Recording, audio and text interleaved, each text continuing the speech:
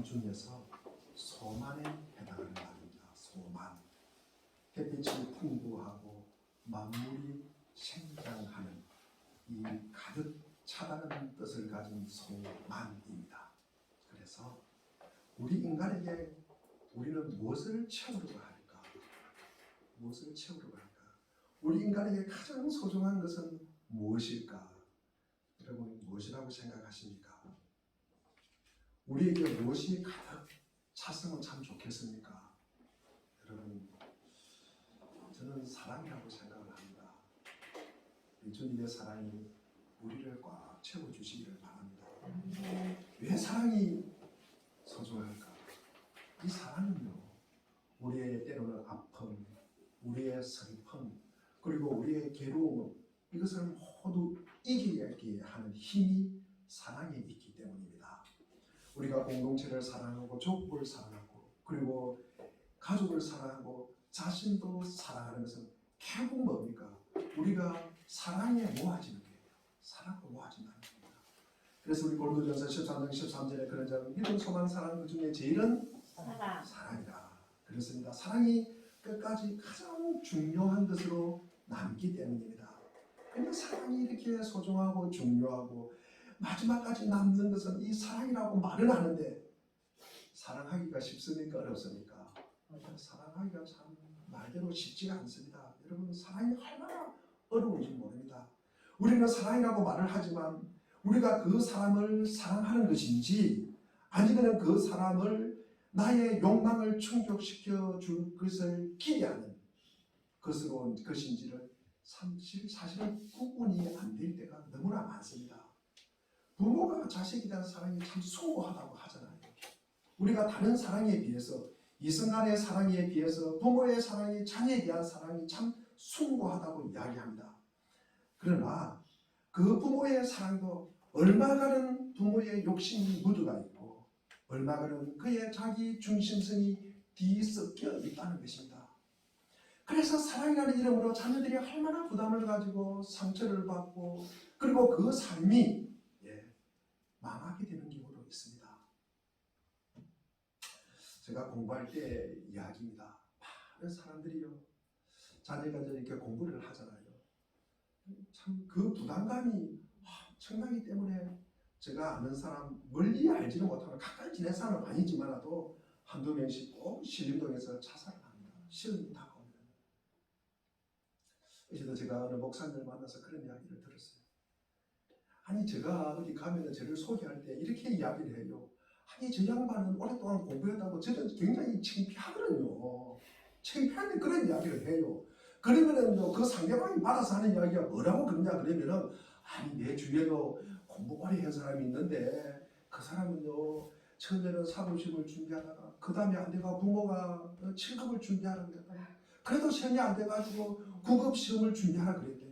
그래서 9급 시험 준비하는 일주일 단계라고 자살했대요. 그 이야기를 어제 또 제가 들었습니다. 여러분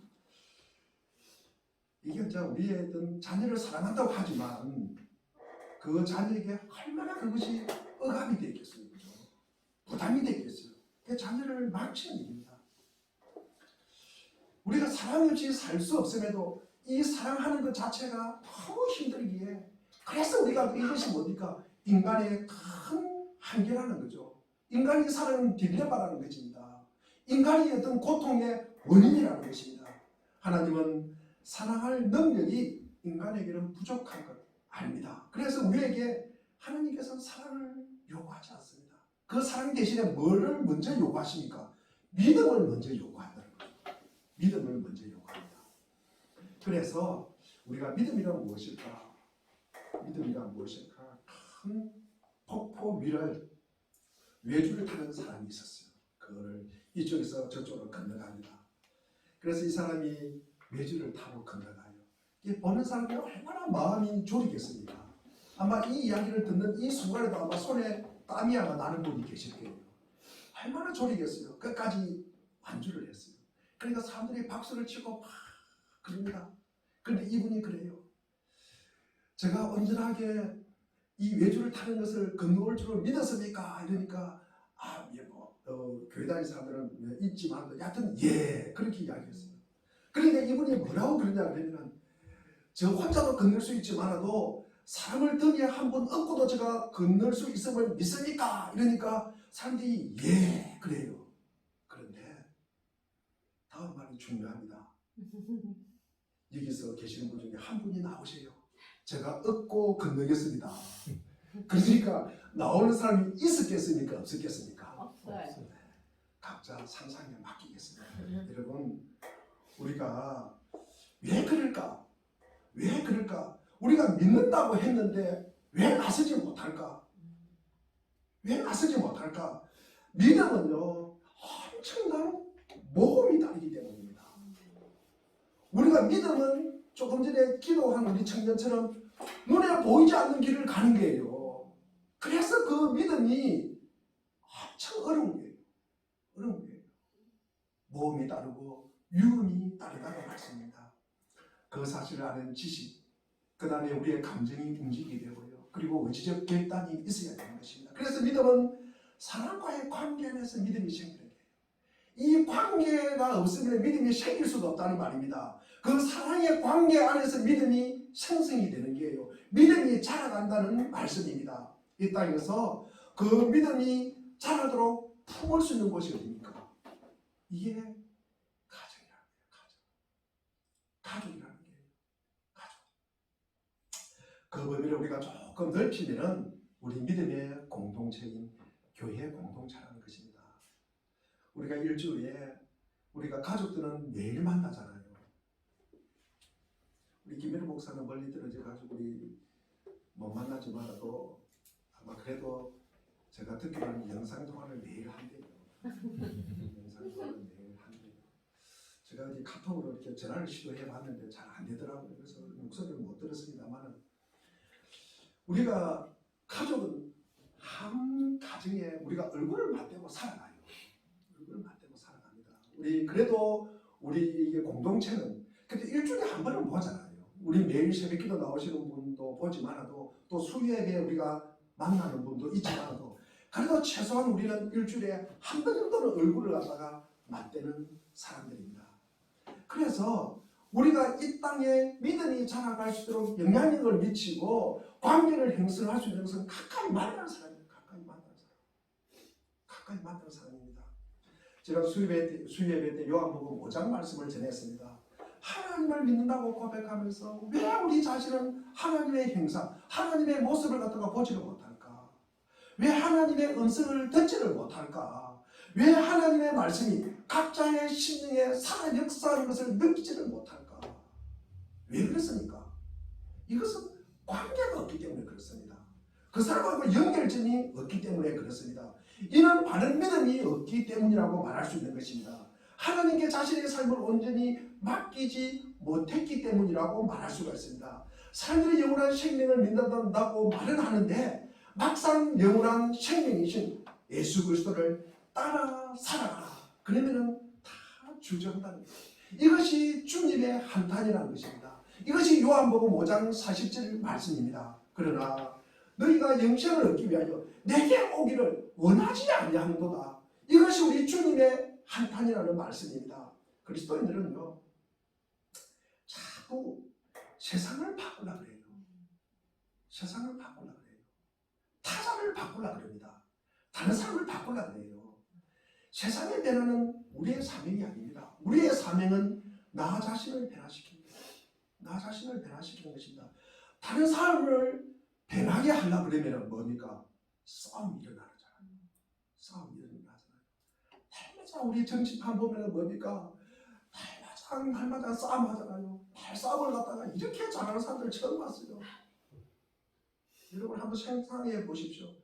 이 사람들 한마디 한마디가 보면 다 자기가 옳아요. 자기가 옳아요. 전부 다 한마디 처음부터 끝까지 남 탓하는 거예요. 5년 전 탓하고요. 1년 전 탓하고요. 그전 고조선 시대까지 탓하고요. 조상 탓하고요.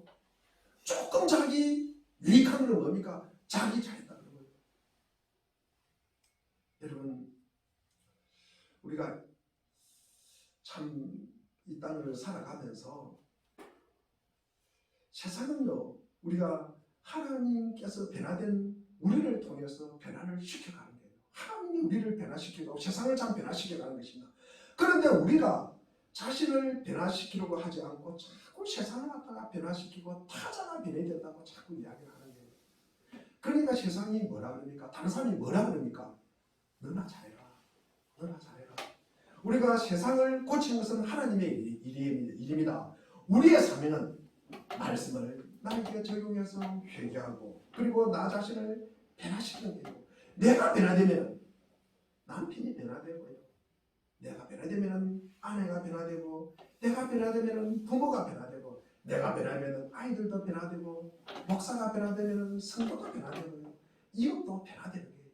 이렇게 변화가 하나하나씩 연결되어 가는 것입니다. 오늘 본문 말씀은 각각 자신에게 적용해서 내가 어떻게 이 말씀대로 살아갈 수 있을 것인가를 생각하는 은혜의 시간이 되시기를 주의 이름으로 축원을 드립니다. 오늘 본문은 우리 사도 바울이 로마 감옥에 있으면서 골로새 교인들에게 편지를 보내는 내용입니다. 그 당시나 지금이나 이게 심리주의에 의한 혼란이 너무 이렇게 그 질서를 어지럽히는 거예요. 어지럽히는 것입니다. 지금도 우리가 이단이 너무나 이렇게 활개를 치고 있잖아요. 이런 신비주의, 이 신비주의에 대한 혼란. 교회를 갔다가 며칠 전에도 제가 그런 전화를 받았어요. 교회를 40년, 50년 다니고 지금도 뭡니까? 무당 같은 데 따라다니는 거예요. 거기 가면 용하다 그러던데, 거기 가면은 병 고친다던데, 거기 가면은 뭐 한다 그러던데, 하루에 2번씩 3번씩 왔다 갔다 하면서 거기에 다니고 있어요. 여러분, 거기에다가 골로새서가 이야기하는 것은 뭡니까? 탐욕을 부추기는 우상 숭배예요. 한 방에 해결한다.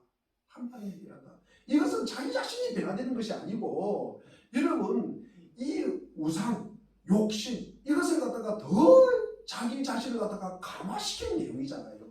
자신을 갖다가 내려놔야 되는데 자기 자신을 이 우상은 뭡니까? 자기 자신을 더 자기 뜻대로 하는 것이잖아요. 신앙과 우상이 뭡니까? 미신이 뭡니까? 미신. 이 미신은 뭡니까? 이 알지 못하는 이 잡신에게 때로는 돈을 주고 때로는 음식을 주고 고기를 주고 가지고 꼬셔가지고 내 뜻대로 해가는 것이 뭡니까? 미신을 믿는 것이잖아요. 우리 신앙은 뭡니까? 내 자신이 변화되는 거예요. 내 자신이. 이게 신앙이라는 거예요. 신앙. 내 자신을 변화시키는 것이 신앙이라는 것입니다. 그래서 하나님과 이 골로새서 하는 이야기가 이 이야기입니다. 하나님과 화평하여라. 하나님과 화목하여라. 가장 가까운 사람들과 화목하게 지내라. 이것이 오늘 우리 가정생활의 지침이 된다는 말씀이에요. 그리고 우리에게 오늘 본문에 2가지를 이야기하고 있습니다. 자녀들은 부모에게 뭐하라? 순종하라. 부모는 자녀들에게 뭐하지 마라? 분노하게 하지 말아라. 이거 전부입니다.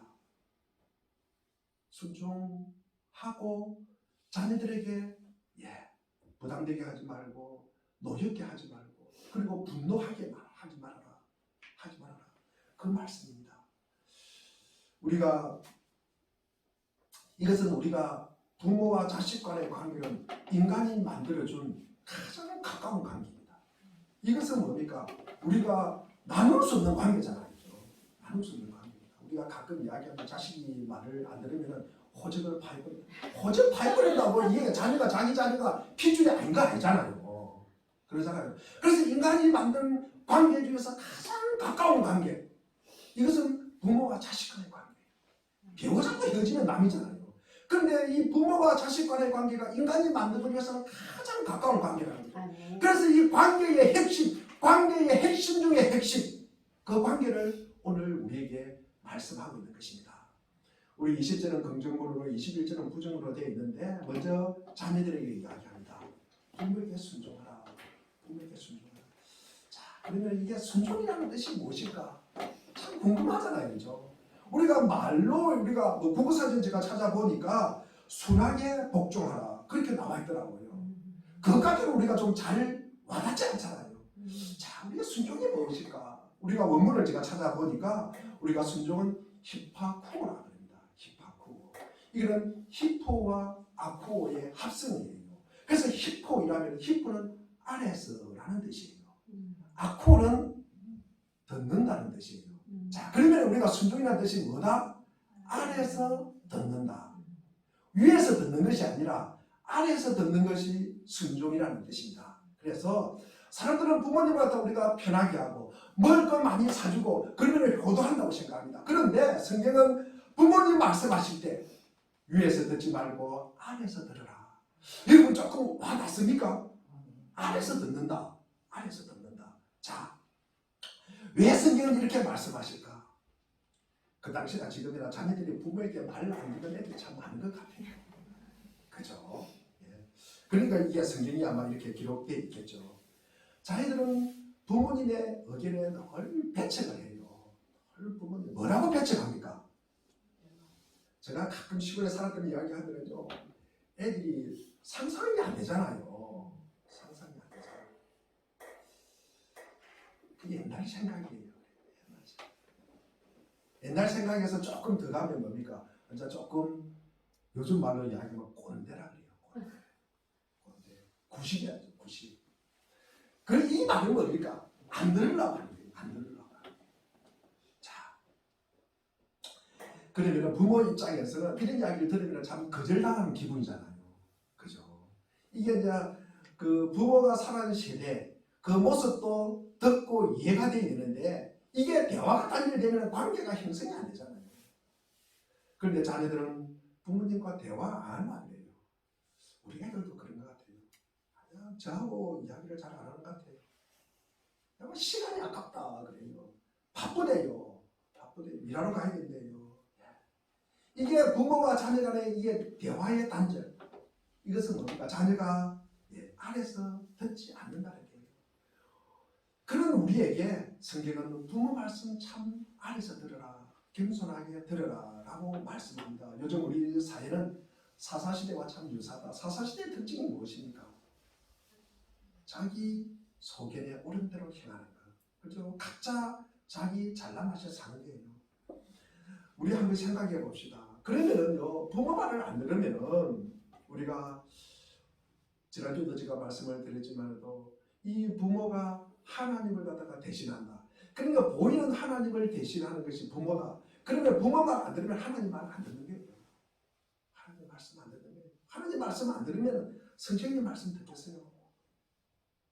다른 사람 말을 잘 안 듣습니다. 그러니까 다른 사람의 어떤 슬픔, 다른 사람의 어떤 내면의 이야기, 이 고통, 이것을 전혀 이에 대해서 무감각하다는 거죠. 무감각. 그러니까 공감하지 못한다는 거죠. 그러니까 우리가 오해도 하고 착각을 하게 된다는 거죠. 그러다 보니까 각각 따로 가는 거죠. 따로.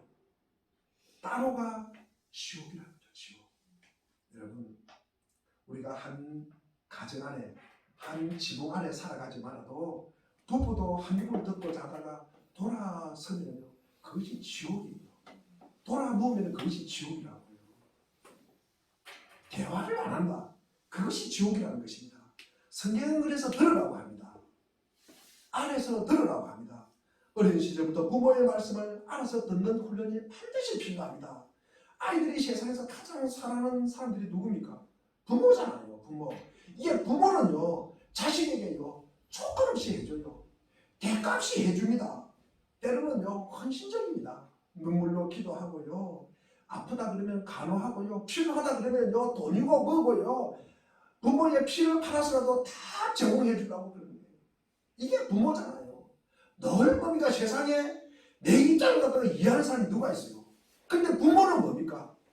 자신의 입장보다는 자녀의 입장을 먼저 생각하는 것이 이 부모라고요. 부모입니다. 여러분, 나를 세상에서 가장 소중히 여기고 나를 사랑해주는 부모의 말을 듣지 않는다면 어떻게 우리가 다른 사람의 말을 우리가 듣겠습니까? 우리 지난주일에 말씀을 들었잖아요. 지난주일에 그의 아버지로부터 한 번도 섭섭한 말을 들었지 않았다. 훈육하는 말을 듣지 않았다는 거예요. 상황이 어떻든 간에 그 말을 듣지 않았다는 거예요. 그래서 구중도 듣지 않았고 책만도 듣지 않았다. 그가 누구라고 됐습니까? 내자 솔로몬 형님.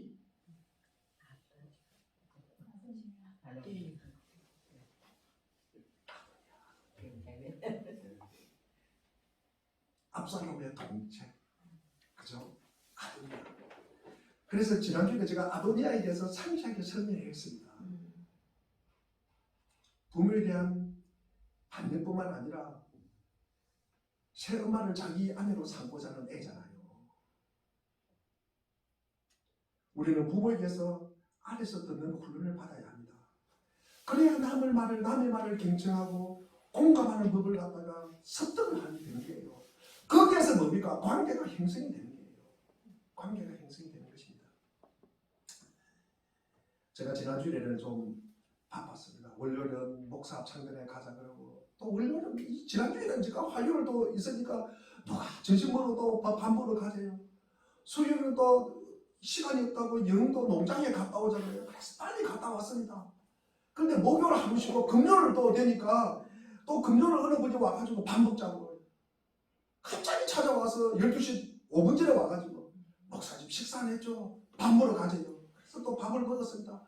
토요일은 또 어제는 또 이전 예배를 교회에서 이전 예배 드린다고 저를 기도해 달라고 그래가지고 또 제가 갔다 오고 그랬습니다. 그래서 참 바쁜 하루하루를 보냈습니다. 사실은 가기 싫었어요. 그런데 그런 거 이렇게 우리가 다 탄절을 다 해버리면은 외톨이가 되는 거예요. 사실 관계가 형성이 안 되는 거예요. 사실은. 그러나 내가 좀 싫지만도 내가 가줄 때는 가줘야 되는 거고, 내가 간 것도 아니고 와서 밥 먹자 그러는데 자기 돈 내가지고 밥 사준다 그러는데 그조차도 거절하면은 어떻게 되겠습니까? 관계가 이루어지지 않는 거예요. 이게.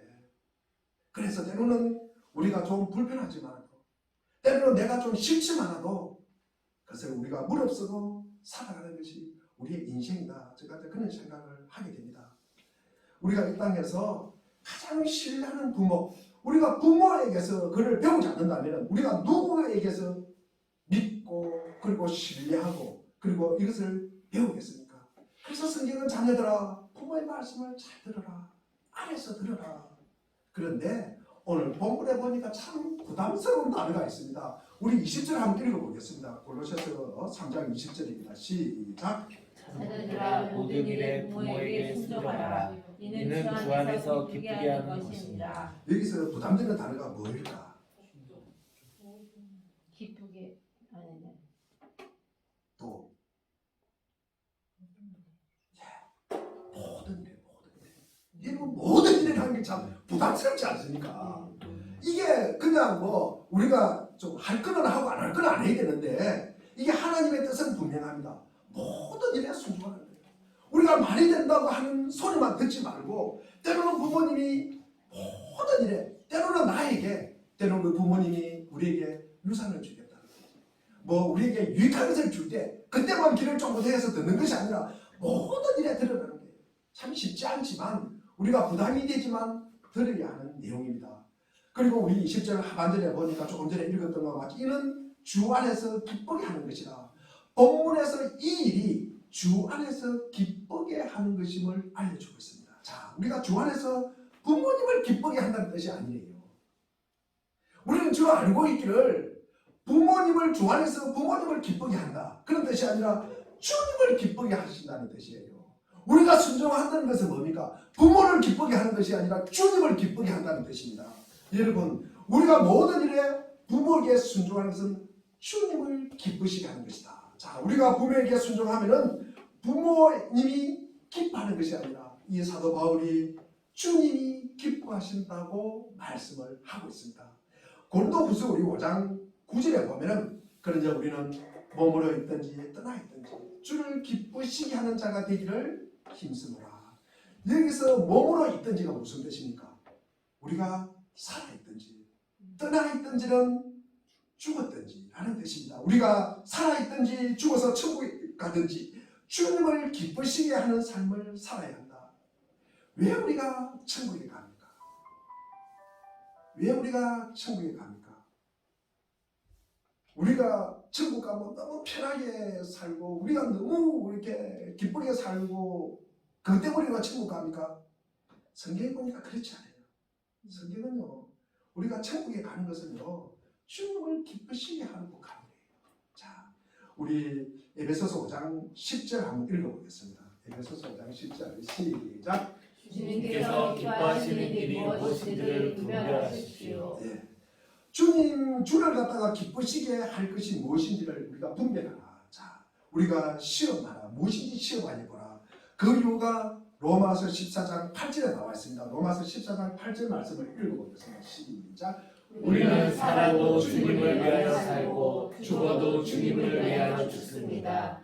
그러므로 우리는 살든지 죽든지 주님의 것입니다. 아멘. 이는 주님이 우리를 위하여 십자가에 죽으셨기 때문입니다. 그래서 주님의 십자가의 보혈로 우리를 구원해 주셨고 우리를 살려주셨다는 의미입니다. 그리스도인들은 우리가 사나 죽으나 그리스도를 기쁘시게 하는 것을 목표로 삼아야 하는 것입니다. 주님이 기뻐하시기 때문에 우리 주님이 기뻐하시기 때문에 우리는 부모를 공경하는 것입니다. 아멘. 아멘. 예. 어느 집사님의 말입니다. 며느리가 자기 시어머니가 참 못해요. 잘 못합니다. 이 며느리가. 그런데 이 며느리가 양로원에 봉사를 하러 가요. 그러면 거기서 엄청 열심히 해요. 그러면 우리가 한번 생각해봐요. 이 며느리의 봉사가 가짜일까 진짜일까? 여러분, 제가 생각하기에 나이 좀 젊으신 분들은 진짜라 그럴 것 같고 나이 드신 분들은 가짜라고 할 것 같아요. 자, 우리가 이게 뭐 가짜 진짜를 따지기 전에 이 며느리를 가짜라고 하기 전에 우리가 양로원에서 저렇게 열심히 봉사하는데 내가 상처를 줬어. 누가 상처를 줬어? 시어머니가 상처를 줬어. 시어머니가 상처를 줘서 나에게 잘못을 하는구나. 이 시어머니가 먼저 회개하는 것이 먼저라고 생각을 합니다. 물론 며느리도 너에게 상처를 주지 않는 부모만 공경하라. 그렇게 성경에 기록되어 있지 않습니다. 그러니까 우리가 조건 없이 모든 일에 우리가 공경하는 것, 모든 일에 공경하는 것, 이것은 주님의 명령이라고 받아들여야 합니다. 우리는 주님을 기쁘시게 하기 위해서 힘써야 합니다. 십계명에 유일하게 하나님의 복된 약속이 붙어 있는 것이 이 몇 번째 계명입니다. 십계명 중에서 부모를 공경하라. 몇 번째요? 우리 사람에게 하는 계명 중에서 가장 먼저잖아요. 네, 다섯 번째 계명입니다. 우리 인간에게 하는 하나님의 명령 중에서는 가장 먼저 있습니다. 우리 여섯 번째 계명이 뭡니까? 네, 살인하지 말라보다도 먼저 있습니다. 네, 순서는 굉장히 중요합니다. 성경에. 그래서 십계명은 유일하게 하나님의 복된 약속이 붙어있는 계명이 부모를 공경하라. 우리 출애굽기 20장 12절과 신명기 5장 16절에 보면은 땅에서 내 생명이 길리라. 다른 계명도 우리가 지켜야 하지만 물론 반드시 지켜야 합니다. 특별히 부모 공경에는 부모의 하나님의 선물이 약속되어 있습니다. 어떤 약속입니까? 땅의 장수하는. 그렇죠. 오래 사는 장수하는 복을 갖다가 우리에게 주셨어요. 자, 그러면 물론 우리가 이 땅에 살아가면서 이런 경우를 보게 됩니다. 주변에 보면은 일찍 죽는 효자도 있어요. 참 효자인데 일찍 돌아가시는 분이 있어요. 그 반면에 부모에게 너무나 부러워하는데 참으로 오래 사는 분도 계십니다. 그러면 아마 이 효도하는 저 자식은 밖으로 보기에는 부모에게 효도하는 것 같지 말고 우리가 모르는 사이에 굉장히 아마 불효를 할 것이다. 그 반대도 마찬가지일 것입니다. 이 부러워하고 장수하는 이 자식은 아마 우리가 모르는 사이에 굉장히 부모에게 아마 호도를 할 것이다. 아마 그런 생각을 할 수가 있을 것입니다. 근데 아니라는 말씀이에요. 아니다. 자, 성경은 뭐라고 기록되어 있나?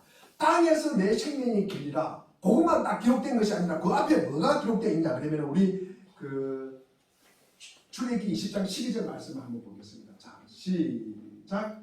너희 부모를 공경하라. 그래야 너희는 주 너희 하나님이 너희에게 준 땅에서 오래도록 살 것이다.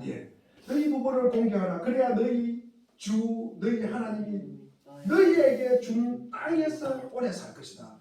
우리 개정판에 보면은 내 하나님 여호와가 내게 준 땅에서 네가 오래 산대요. 그러니까 여호와 하나님이 준 땅에서 오래 산대요. 자, 우리가 출애굽기 신명기는 가나안 땅을 향해 가는 이스라엘 백성들에게 하신 말씀입니다. 그러니까 자기를 낳아서 길러주신 부모조차 공경하지 못하는 사람은 하나님께서 주신 땅에서 살 자격이 있다 없다? 없다는 거예요. 없다는 것입니다. 적어도 부모를 공경할 줄 알아야 하나님이 주신 땅에서 복받으면서 살 자격이 있다는 것입니다. 여호와는요 부모를 공경하는 사람과 함께 하시고 그에게 풍성한 은혜를 베푸신다는 의미입니다. 우리 공동체가 멸망하지 않는 최소한의 자격은 부모를 공경하는 거예요. 부모 공경하지 않는 나라는 반드시 망하게 되어 있는 것입니다. 다음에는 우리가 21절입니다. 21절은 아비들아. 우리 21절 한번 읽어보겠습니다. 오늘 본문 시작. 어머니들의 기억은 여러분의 자녀들을 격분하게 하지 마십시오. 그들의 의리로 꺾지 않아야 합니다. 여러분, 이 어버이날이 되면은 참 제가 마음에 기도하는 부분, 참 이 땅에 부모가 없는 분도 계시고 자녀가 없는 분도 있습니다. 그럼 올달에 제가 참 말씀을 준비하기가 그러면 그런 분들은 해당되지 않는 말일까? 제가 이제 그런 부분을 고민을 했어요. 그러나 그렇지 않다. 왜 그렇지 않다? 반드시 그렇지 않다. 아까도 제가 서두에 말씀을 드렸지만 이 관계라는 것은요 인간의 세상에서 가장 가까운 관계를 만드는 아니에요. 그러나 우리는 관계 없이는 살아갈 수가 없어요. 직장에서도 그리고 우리가 살아가는 공동체 안에도 관계가 있고요. 모든 사람들과 관계 안에서 우리가 살아가는 거예요. 그 관계 안에서 뭡니까? 우리가 하나님을 갖다가 존중하면서 살아간다는 것이다. 하나님을 존중하면서 하나님을 공경하면서 살아가는 것이다. 이 땅에 부모님이 안 계신다. 그런 분들은 하나님을 대신하는 이 육신을 대신하는 하나님을 더 공경하면 되는 것이고 이 땅에 자녀가 없는 분들은 이 땅에 자녀들이 얼마나 많습니까? 세상에 자녀들이 얼마나 많습니까? 어린 자녀들이 만나는 사람들이 얼마나 많습니까? 그 사람들에게 그렇게 하면 되는 것입니다. 그래서 이 어머니는 여기에 아마 어머니도 해당되는 말입니다.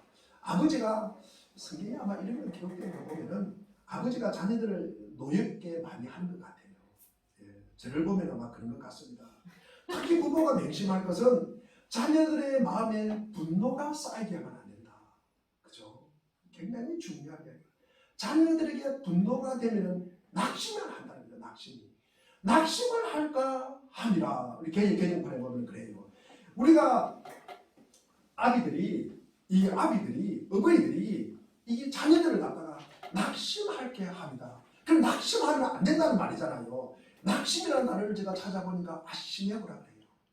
우리가 그 헬라가 알을 붙이는 건 영어도 그런 내용이 많잖아요. 알을 붙이면 A를 붙이면 반대가 되는 뜻이 많아요. 그래서 없다, 읽다라는 부정적도입니다. 그래서 이 시명은 열정, 마음, 의욕이라는 뜻이에요. 그래서 이제 이 합성어인데 아시메고이라면은 우리가 열정을 그리고 의욕을 잃다, 의욕이 없는 거예요. 그리고 풀이 죽다, 기가 끊기다라는 의미입니다. 그래서 아이들이 마음에 분노가 쌓이면 삶의 열정이 사라지는 거예요. 아이들이 분노가 쌓이면 살고 싶은 마음이 사라진다는 거예요. 이건 굉장히 두려운 일이잖아요. 이게 저주스러운 일이잖아요.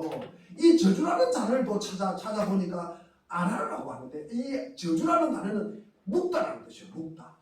이게 묵다. 그러니까 부모가 자녀에게 그 길을 걷게 하고 이게 낙심하게 하면은요 아이들이 마음이 굳어진다는 거예요. 아이들이 마음이 뭡니까? 묶어진다는 거예요. 아이들이 마음의 의욕이 상실이 된다는 말씀이에요. 부모가 자녀에게 주의할 가장 좋은 성분은 뭡니까? 자기의 삶을 행복하게 사는 거예요. 자기의 삶을, 이 자녀의 삶이 그리고 의욕 있게 살아가게 하는 것입니다. 그런데 우리는 얼마나 많은 자녀들에게 너 그 성적으로 뭐 하고 살 것이냐? 네가 그렇지 뭐 그러면서 큰 저주의 말을 갖다가 얼마나 아이들에게 퍼붓습니까? 자녀들이 잘못되는 것은 천적으로 99%는 부모 책임입니다. 사실은 이것은요 자녀들을 무기력하게 만들어요. 무기력하게 자녀들을 갖다가 삶의 열정을 갖다가 사라지게 하는 것이라고요. 이 나라의 청소년들 2명 중 1명은 가출을 하고 싶대요. 그 가출 1순위가 뭔거 아십니까? 부모 싸움이에요. 부모 싸움. 여러분, 두 번째는 폭력이고, 세 번째는 잔소리래요. 국무총리실에서 아마 조사한 것이라고 제가 알고 있습니다. 부모님들이 자녀 앞에 싸우면요, 자녀들의 삶의 의욕이 상실되는 거예요. 이게 뭡니까? 그게 두렵잖아요. 불안하잖아요. 누가 두렵고 불안한 거 좋아하는 사람 누가 있습니까? 그래서 회피하고 싶잖아요. 그러니까 도망가고 싶은 거죠. 가출하고 싶은 거죠. 우리가 혼난다고 해서 분노하는 거 아닙니다. 분노가 쌓이는 건 아닙니다. 뭐 때문에 우리가 분노가 쌓일까? 자기가 부당하다고 느낄 때 쌓이는 거예요. 자기가 부당하다고 느낄 때. 이유 없이 부당하다고 느낄 때. 이게 부모에게 나이 어리니까 말로서 대항을 못하고 내가 논리를 제공하지 못하지만도 이게 부당하다는 걸 알아요. 내가 지금 멸시받고 있다. 내가 지금 천대받고 있다. 내가 지금 차별받고 있다는 것은 안다는 거죠. 그것이 분노가 쌓이게 한다는 것입니다. 우리는 성경에는요, 하나님이 늘 우리에게 존중을 배우게 하는 거예요. 우리가 조금 전에 이야기했던 이 부모가 아담이 하와를 만들 때 보면은요, 그 내용이 나와 있습니다. 우리 2장에 보면, 창세기 2장에 보면은 18절부터 우리 21절에 그 내용이 나와 있습니다. 우리 18절에 보면은 하나님은 남자가 혼자 있는 것이 좋지 않다고 생각합니다. 그래서 돕는 배필 여자를 짓기로 결정합니다. 하나님께서 못하실 일이 뭐가 있겠습니까? 18절에 이런 마음을 가졌으면 19절에 어떻게 해야 됩니까? 그냥 여자나 만들어도 됩니다. 하나님이 그거 못하시겠어요? 만들어도 됩니다. 그런데 그렇게 하지 않습니다. 19절에 보니까 하나님이 아담에게 들짐승과 새들의 이름을 지어서 부르게 합니다. 이 세상에 동물의 이름, 새 이름을 하나님이 지으신 것이 아니라 누가 지었다고요? 아담이 지었어요. 아담이. 그러면 우리가 이 땅에 4발 가진 짐승이 얼마나 많습니까? 여러분, 소, 돼지, 양, 염소, 여러분 그거 다 구별해서 이름을 지으려고 그러면 얼마나 관찰을 했겠어요? 얼마나 세심하게 주의를 기울였겠습니까? 이 아담이. 그래서 아담이 열심히 이름을 지어 부릅니다. 그런데 20절에 보니까 돕는 배필이 없으므로, 이 뜻은요, 아담이 돕는 배필을 찾지 못하였다. 그러니까 자기가 이름을 붙였는데, 이름을 다 붙였는데 다 짝이 있는데 사람만 짝이 없다는 것을 알게 된다는 거죠. 사람만 짝이 없는 것을 알게 됩니다. 그래서 자기에게 어울리는 짝이 없구나. 그 사실을 이 아담이 스스로 느끼게 하는 거예요. 느끼게 하는 것입니다. 그래서 21절에 보니까 아담을 잠들게 해서 아담의 갈비뼈를 취하여 하와를 만들었다. 하나님의 일하시는 방식이 이렇다는 거죠. 하나님은 강요가 없습니다. 하나님께서는 우리 인간을 절대로 강요하지 않습니다. 하나님께서 너 혼자가 사는 거 좋지 않습니까? 너 이해하고 살아. 그렇게 하지 않는다는 말씀이에요. 그렇게 하지 않는다. 하나님의 생각은 완전하십니다. 그래서 아담은 만든 이 하와를 보고 뭐라고 이야기합니까? 내 뼈 중에 뼈요, 내 살 중에 살이라. 그러면서 뭐 했다? 슬퍼했습니까? 뭐 했습니까? 기뻐했다.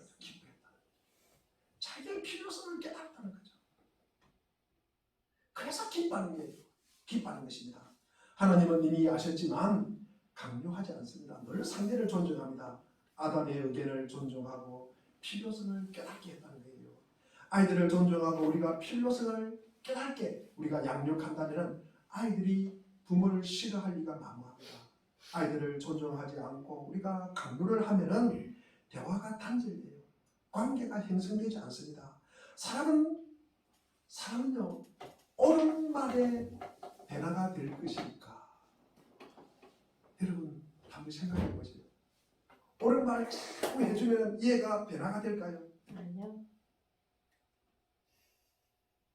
옳은 말을 자주 하면요, 2번, 3번 하면 잔소리로 바뀝니다. 잔소리가 되면은 소용이 있어요, 없어요? 없습니다. 사람은요, 자기를 사랑하는 사람의 말을 듣고 변화되는 거예요. 아멘. 여러분, 오늘만 한다고 변화되는 것이 아니라 사랑하는 사람의 말을 듣고 변화되는 거예요. 제가 이런 어떤 뜻을 갖다가 좀 일찍 알았더라면 제가 말씀을 준비하면서 참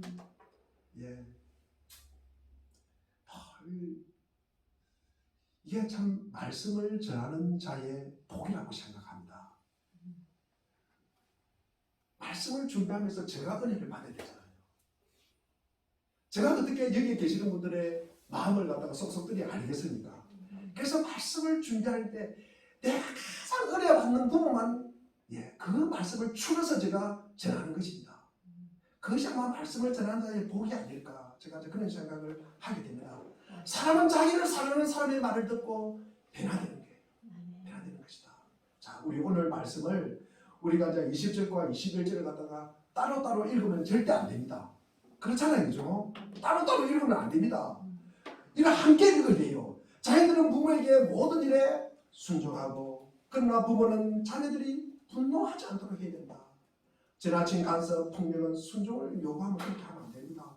혹시 성도님들 가운데 자녀들의 마음에 분노가 쌓인 거 있습니까? 반시를 내 우리가 사과하고요, 우리가 용서를 주고받고요, 우리가 진심으로 사과는요, 우리가 치유가 되고요, 회복이 되잖아요. 자녀와 부모 간에는 마찬가지고, 누구도 마찬가지입니다. 배우자 간에도 마찬가지고, 성도 간에도 마찬가지입니다. 서로 용서를 구하고 서로 이 부분이 해결이 되어야 되는 거예요. 그래야 다음이 진척이 된다는 말씀입니다. 여러분들의 자녀들이 여러분을 갖다가 어떻게 생각하기를 바랍니까? 어떤 사람으로, 자녀들이 볼 때 우리 부모가 어떤 사람으로 기억되기를 바랍니까? 부모가 볼 때 이 자녀가 어떤 사람으로 기억되기를 바랍니까? 아니, 여기 계시는 분들이, 성도님들이 여기 앉아 계시는 분들을 어떻게 기억되기를 바랍니까? 여러분, 사랑이 많은 사람.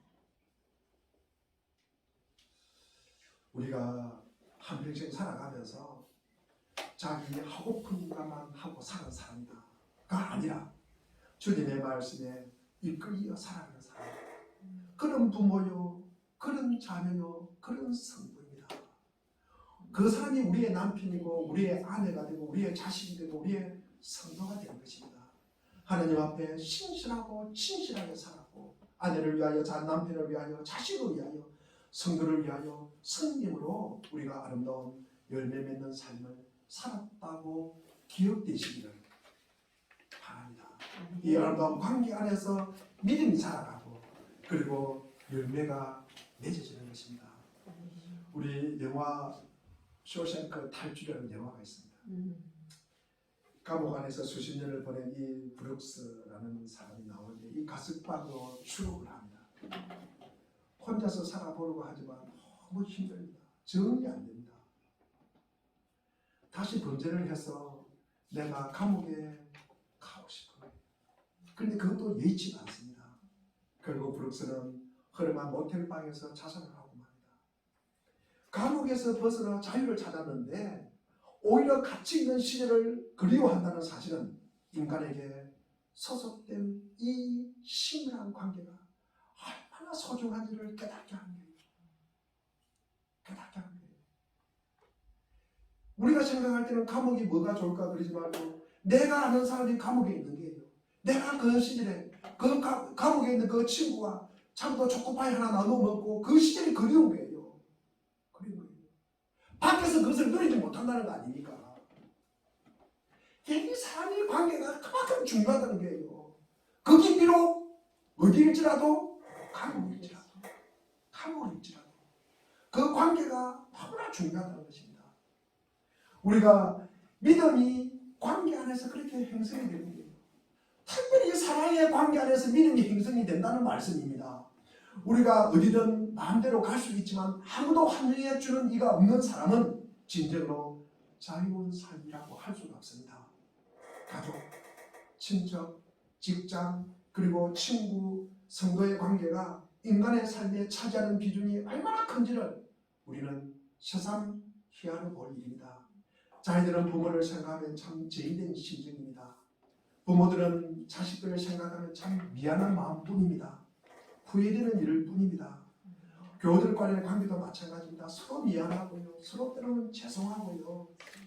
지난 목요일에 어느 분이 찾아와서 밥을 먹자고. 근데 그분이 저 방에 들어오더만 목사님은 주일 말씀을 갖다가 뭐 하세요? 그래요. 제가 주일 말씀 제가 준비하고 있다고 그러니까. 아니 주일 말씀을 몇 시간을 준비를 합니까? 다른 분들 보니까 토요일 준비해가지고 주일날 말씀 드리던데 그래요. 그래서 제가 저 입에 툭 튀어나오는 말이 저는 한 번도 그걸 생각해 본 적이 없습니다. 저 입에 툭 튀어나온 말이 오시는 분들 빈손으로 가게 하면 안 되지 않습니까? 그게 저의 마음이에요. 저 마음입니다. 오신 분들 빈손으로 가게 하면 안 되지 않습니까? 그래도 뭔가 작은 보따리라도 채워서 들고 가야 되잖아요. 들고 가야 되잖아요. 그것이 저 목사의 마음입니다. 저도 허물이 많은 사람이에요. 뭐 얼마나 허물이 많습니까? 하지만 사랑은 모든 것을 우리가 치유하고 회복이 된다고 생각을 합니다. 우리가 사랑은 표현하는 것도 대단히 중요하고 필요합니다. 말뿐만 아니라 우리가 진심으로 상대를 존중하시기를 바랍니다. 우리가 요한복음 1장 12절에 보니까 영접하는 자 곧 그 이름을 믿는 자에게는, 그러니까 믿는다는 것은 영접하는 거예요.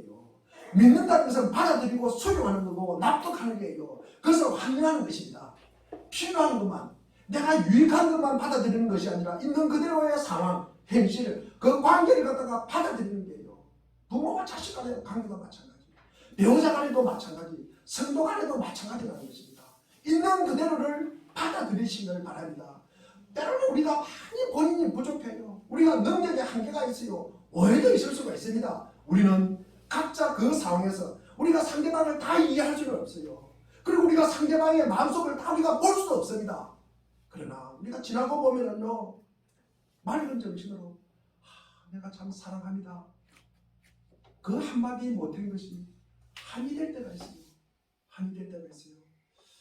제가 아버지를 대장암 이렇게 수술을 하고 제가 병원에 그 항암 치료를 받고 다니고 제가 거의 이제 이렇게 다 한 거의 1년 동안 제가 아버지하고 같이 있으면서 5월달이 되면 제가 아버지에게 아버지 참 사랑합니다. 그 소리 한 번 못한 것이 지금도 참 안타까워요. 안타깝습니다. 마음은 있는데 왜 그 말도 한 번 못했을까? 마음이 그립니다. 사실 부모님, 배우자, 자녀들, 성도들도 언제까지 늘 우리 곁에 있는 건 아닙니다. 있는 건 아니잖아요. 우리가 오늘 우리가 왜 교회에 왔을까? 왜 우리가 교회에 와서 예배를 드릴까? 우리는 왜 하나님을 믿고 기도합니까? 저는 그런 생각을 합니다. 믿지 않는 사람들이 보지 못하는 것, 믿지 않는 사람들은 보지 못하지만도 우리는 보이지 않는 눈을 갖다가 얻을 수 있기 때문에 우리는 하나님을 믿는 것이다 라고 생각을 합니다. 우리가 보이지 않는 것을 믿는다는 것은 참으로 위험하고 모험이 따르지만 우리는 마땅히 믿어야 할 것을 우리가 주저없이, 우리가 두드러 없이 순종하고 따르고 또 자신을 의탁하는 것이라고 말씀을 드립니다. 이런 우리 신실한 믿음의 관계, 우리 이 사랑의 관계가 우리 모두에게 있기를 주의 이름으로 축원드립니다. 기도하겠습니다.